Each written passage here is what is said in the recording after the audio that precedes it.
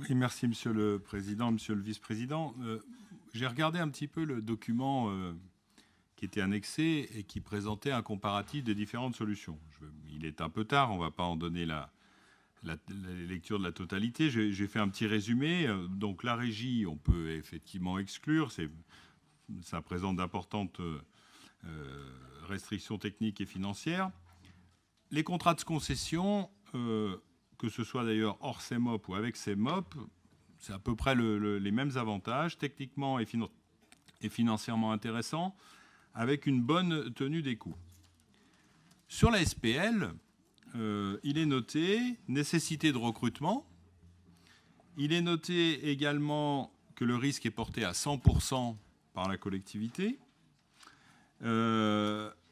Et donc, ça veut dire qu'on va créer une nouvelle structure dans laquelle il va falloir, qui n'est pas sur nos métiers, dans lequel il va falloir que nous embauchions du personnel. Il y avait deux positionnements. Si j'ai bien compris, un des éléments de débat, c'était de savoir si on confiait ça à MTAG.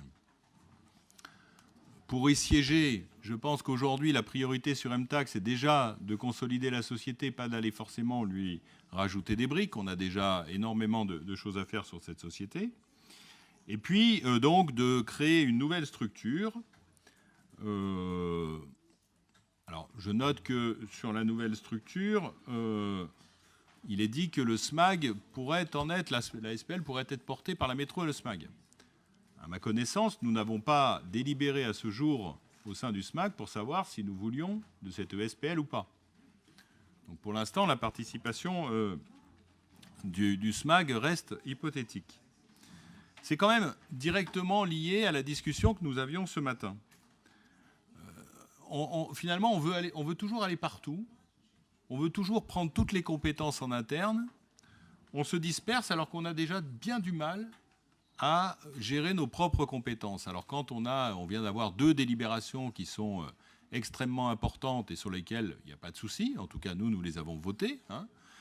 Mais le fait d'aller créer des nouvelles structures avec des gains qui sont très hypothétiques, alors que nous avons face à nous des éléments, un mur financier qui se profile, on n'a toujours pas répondu à la question que posait Alain Carignon sur les 100 millions. Franchement, ça ne nous paraît pas être la priorité. Et puis l'autre élément, c'est qu'il y a dans cette délibération strictement aucun élément de prospective financière. On nous dit on va créer une SPL.